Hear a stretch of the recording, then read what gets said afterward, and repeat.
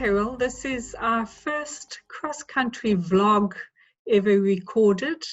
We are adjusting our business quite rapidly, and we thought that we would discuss some of the questions that have come up in our ETI webinars that we've been hosting for clients over the last 2 weeks.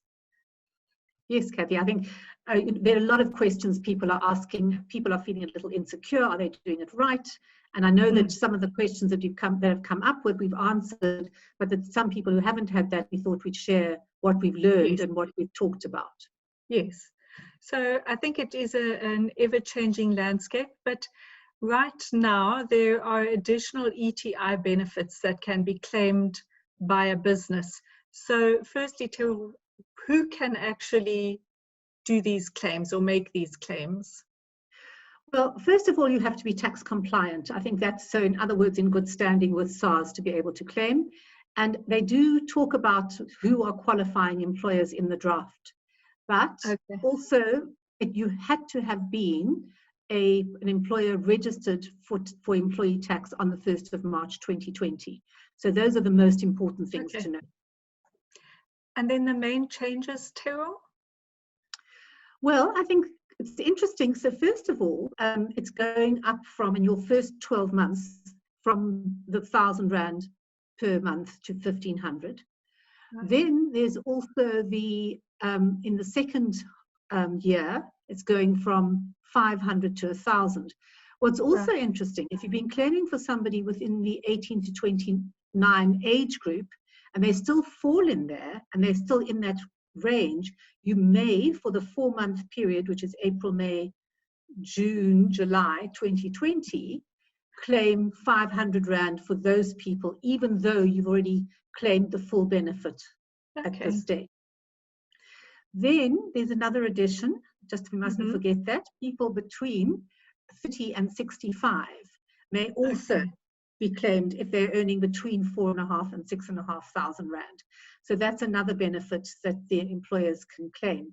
So, you know, if you're a small employer with a number of people in that frame and earning those kind of salaries, say you've got 10 people, the tax benefit to you could be around about 5,000 Rand. So it's quite significant on a monthly basis of what you don't have to pay forward. And then there's also the benefit, Cathie, of the deferred payments of tax for the 4 months, April, May, June, and July. But do remember, you're going to have to start paying that from September, and in 6 even tranches, but it must, your first tranche or payment must be before the 7th of September 2020. So in other words, with your August return, you're going to pay over the PAYE you will for August, plus a sixth of what you haven't paid over in the next 4 months. Exactly. So it gives you a little bit of a gap in paying over tax. Certainly, if you've had to close your business during lockdown, it will be a help to get you going. Okay, then another question we had was if they've already calculated their payroll for April, and we know that some companies calculate payroll quite early in the month.